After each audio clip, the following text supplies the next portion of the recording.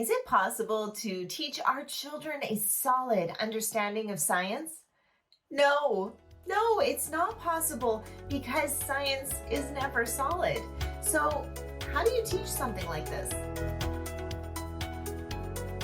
When I say that we cannot be solid on our understanding and our perspectives around scientific topics, I actually would even go so far as to say that it's risky to have a solid stance on any perspective that we hold. This is because our perspective changes in light of new information, and especially when it comes to the subject of science, there is new information being discovered every moment. So when it comes to homeschooling our children, how do we teach them information that may or may not remain the way that we think into the future? As part of our curriculum series, we are going today to break down how we can think about teaching science to our children.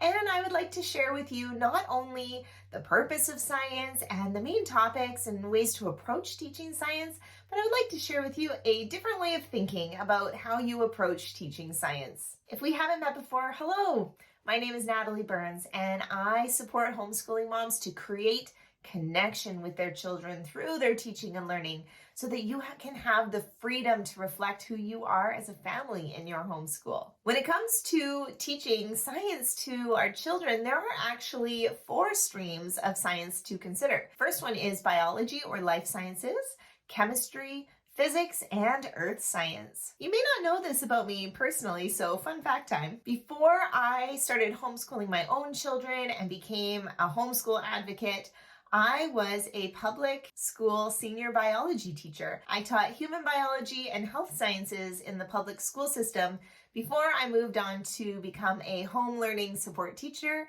and now I'm supporting homeschooling moms to connect with their children more deeply through how they teach. So I have a special place in my heart for the sciences, and as you know, I tend to think about things a little bit differently, so we are going to unpack this from a different perspective today. Before we get to that, let's look at these 4 streams of sciences. Usually the approach is that you're going to touch on each of these 4 streams each and every year of your homeschool. Now, some people might be thinking, oh, that seems like a lot of work. I think I'll just cover 1 per year. I would like to caution you against this. As you know, with your child, each month is just such a leap in development in the way that they are thinking about concepts. As a quick review, content is the stuff that we're learning, basically the what, versus the competencies are the skills that our children develop as they learn the what. For example, the content that your child is learning may be around the topic of electricity. However, the competencies may be skills related to actually creating a circuit board, questioning,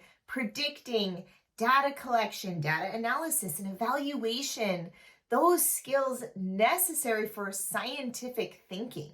I definitely suggest a spiralized learning approach where you come back to different concepts often in bite-sized pieces rather than a Costco mindset of big chunks of information at once. That being said, covering biology, chemistry, physics, and earth science all in 1 year can be a lot. So I do recommend that you take it a little bit easier on 2 or 3 of them and then dig a little deeper on the other 2. There is so much flexibility when it comes to homeschooling, one of my favorite aspects. And no matter which of these streams you are working on, you will be working on those underlying scientific competencies of communication, thinking, as well as personal and social interaction. So how do you know if your child is actually doing these competencies, these skills? Well, you want to give your child opportunities to really showcase their learning.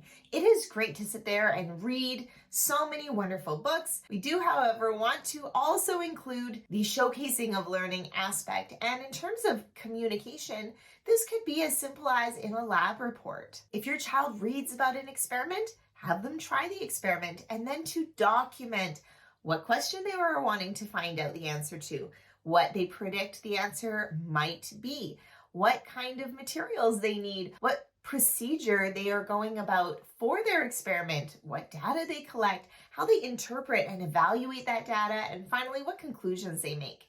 By presenting this in a report, that is the communication piece. While there may feel like there are a lot of different pieces to science, it really comes down to one overarching purpose. And the main purpose of science is to ask questions, to think critically, to think differently about the world around us. The way to think like a scientist is to be observational and constantly wondering about things. It is a curious mind that makes a great scientific thinker. Science is not, however, about determining answers. As much as we would love to have a perfect question and answer, science is not actually about proving anything and about finding answers to anything. In fact, when your child walks through the scientific method, it's only to prove something as false. It doesn't actually prove anything true. Can we be okay with not always knowing? And this is that new perspective on science that I would like to challenge you with this year. Can you be okay with not knowing the answers to everything? And when you are okay with that, that will start to extend into your children, and your children will learn how to be okay with that. We need to hold our perspectives loosely. So when it comes to science, we tend to use words like theories to really highlight how this is not an absolute idea, but it is a well-documented, well-supported, and most likely scenario in terms of general thought. However, you can have two different well-supported theories for the same topic coming at it from a different perspective. So what do you do with that? When we are shown new evidence or information about something, are we ready and willing to adjust our perspective on that idea? What many thought was a really solid understanding of physics got totally rocked when quantum physics hit the scene. Now we are starting to view things a little bit differently with a new perspective of quantum physics in the mix. It means that we need to have room for adjusting the way that we approach the world.